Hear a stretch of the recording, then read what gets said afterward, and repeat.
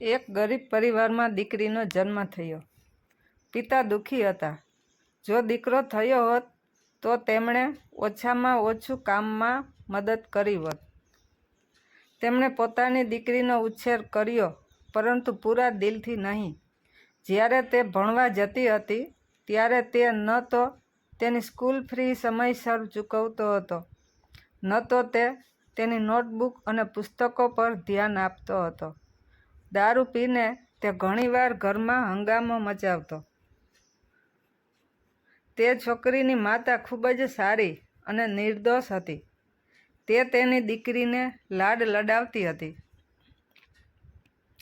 તે ગુપ્ત રીતે તેની દીકરીની ફી ચૂકવતી હતી અને તેની નોટબુક અને પુસ્તકોનો ખર્ચ ઉઠાવતી હતી. તે ખોરાકમાં કાપ મૂકીને અને જૂના ફાટેલા કપડાં પહેરીને જીવતી હતી, પરંતુ તે તેની દીકરીની સંપૂર્ણ સંભાળ રાખતી હતી. પતિ ઘણીવાર ઘણા દિવસો સુધી ઘરેથી ગાયબ થઈ જતો હતો. તે જે કંઈ કમાતો હતો તે દારૂ પાછળ ખર્ચી નાખતો હતો. સમયનું ચક્ર ફરતું રહ્યું. દીકરી ધીમે ધીમે સમજદાર બનતી ગઈ. તેને 10મા ધોરણમાં પ્રવેશ આપવાનો હતો. મમ્મી પાસે દીકરીને શાળામાં પ્રવેશ અપાવવા માટે પૂરતા પૈસા નહોતા. દીકરીએ ડરથી તેના પિતાને કહ્યું, "પપ્પા, હું ભણવા માગું છું. કૃપા કરીને મને હાઈસ્કૂલમાં પ્રવેશ અપાવો. મમ્મી પાસે પૈસા નથી." આ સાંભળીને પિતા ગુસ્સે થઈ ગયા અને બૂમો પાડવા લાગ્યા. તેમણે કહ્યું, "તમે ગમે તેટલું ભણો, તમારે રસોડું સંભાળવું પડશે. વધુ ભણીને તમે શું કરશો?"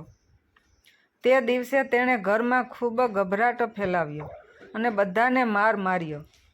પિતાનું વર્તન જોઈને પુત્રીએ મનમાં નક્કી કર્યું કે તે આગળ ભણશે નહીં. એક દિવસ તેની માતા બજારમાં ગઈ. દીકરીએ પૂછ્યું, "મમ્મી ક્યાં ગઈ હતી?" માતાએ તેની વાત અવગણી અને કહ્યું, "દીકરી, કાલે હું તને શાળામાં પ્રવેશ અપાવીશ." દીકરીએ કહ્યું, "ના મમ્મી, હું હવે નહીં ભણું, કારણ કે મને તારે ઘણી બધી સમસ્યાઓનો સામનો કરવો પડશે. પપ્પા પણ તને માર મારે છે." તે રડવા લાગી. માતાએ તેને ગળે લગાવી અને કહ્યું, "દીકરી, હું બજારમાંથી થોડા પૈસા લાવી છું. હું તને પ્રવેશ અપાવીશ." દીકરીએ તેની માતા તરફ જોયું અને પૂછ્યું, "મમ્મી, તને આટલા પૈસા ક્યાંથી મળ્યા?" માતાએ ફરીથી તેના શબ્દોની અવગણના કરી. સમય પસાર થતો ગયો. માતાએ તેની પુત્રીને શિક્ષિત કરવા માટે ખૂબ જ મહેનત કરી. માતાની મહેનત જોઈને પુત્રીએ પણ દિવસ રાત સંપૂર્ણ એકાગ્રતાથી અભ્યાસ કર્યો અને આગળ વધતી રહી. દરમિયાન દારૂ પીને પિતા બીમાર પડી ગયા. તે તેને ડૉક્ટર પાસે લઈ ગયા. ડૉક્ટરે કહ્યું કે તેને ટીબી છે. એક દિવસ જ્યારે તેની હાલત વધુ ગંભીર થઈ ગઈ ત્યારે તેને બેભાન અવસ્થામાં હોસ્પિટલમાં દાખલ કરવામાં આવ્યો. 2 દિવસ પછી જ્યારે તે ભાનમાં આવ્યો ત્યારે તે ડૉક્ટર મહિલાનો ચહેરો જોઈને ચોંકી ગયો. તે ડૉક્ટર મહિલા બીજું કોઈ નહીં પણ તેની પોતાની પુત્રી હતી.